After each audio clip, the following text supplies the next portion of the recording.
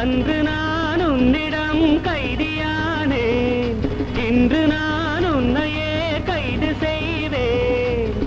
எதற்காக வருகின்றேன், உனக்காக தொடர்கின்றேன். Senorita, how do you feel about me now, I say?